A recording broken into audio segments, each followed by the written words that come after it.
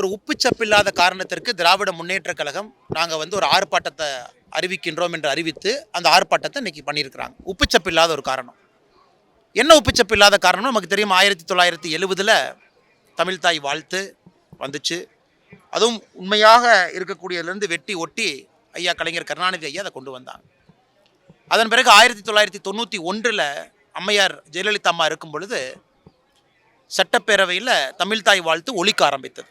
1970 அரசு விழாக்களில் அதை பயன்படுத்தினாங்க. 1991 இந்த மரபு இருக்கு.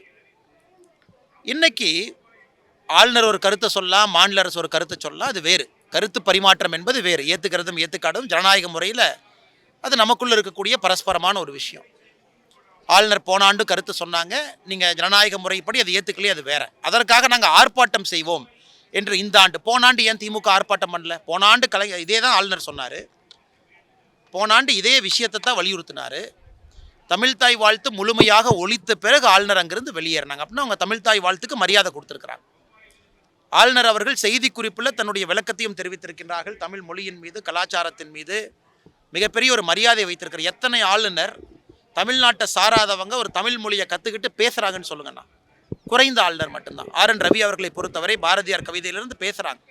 அதனால் போன ஆண்டு இதே பிரச்சனைக்கு ஆர்ப்பாட்டம் நடத்தாத திராவிட முன்னேற்ற கழகம் இந்த ஆண்டு நடத்துகிறாங்கன்னா அண்ணா பல்கலைக்கழக பிரச்சனையை திசை திருப்ப வேண்டும். அவர்கள் கட்சி அதில் சம்பந்தப்பட்டிருக்கிறாங்க, கெட்ட பேர் இருக்குது, பொதுமக்கள் கோவத்தில் இருக்கிறாங்க என்கின்ற ஒரே காரணத்திற்காக உப்புச்சப்பில்லாத காரணத்துக்கு இன்றைக்கி ஆர்ப்பாட்டம்.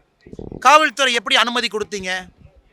தமிழ்நாட்டில் எந்த அரசியல் கட்சியும் இன்றைக்கி சமுதாய பிரச்சனையாக இருக்கக்கூடிய அண்ணா பல்கலைக்கழகத்தினுடைய அந்த பாலியல் குற்றத்தில் ஈடுபட்ட நபர்களை கண்டித்து வேகமாக நீதி கொடுங்கன்னு ரோட்டுக்கு வந்தால் கைது பண்ணுறீங்க.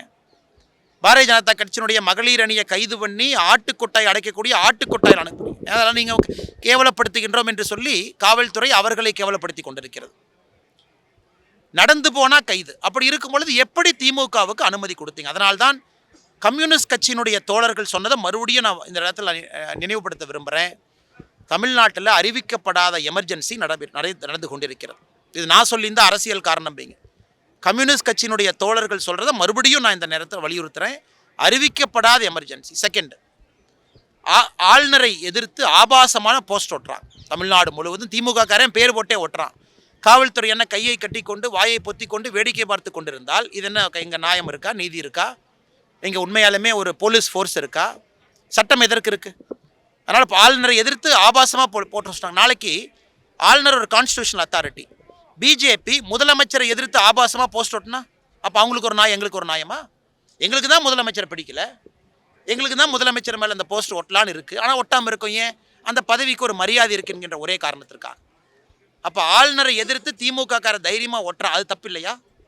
அப்போ அப்புறம் நீங்கள் தயவு செஞ்சு இல்லை ஒட்டலாம், எல்லாருக்கும் கருத்து வச்சு இருக்குன்னா பிஜேபி காரங்களுக்கு அனுமதி கொடுங்க, நானே எங்கால போய் ஒட்ட சொல்கிறேன் முதலமைச்சர் எதிர்த்து. அதனால் இதை வன்மையாக கண்டிக்கிறோம்.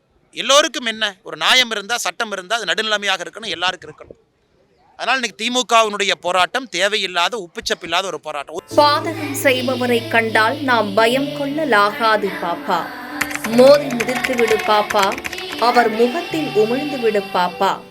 அண்மை செய்திகளை உடனுக்குடன் தெரிந்து கொள்ள இணைந்திருங்கள் எம் நாடு தொலைக்காட்சியுடன்.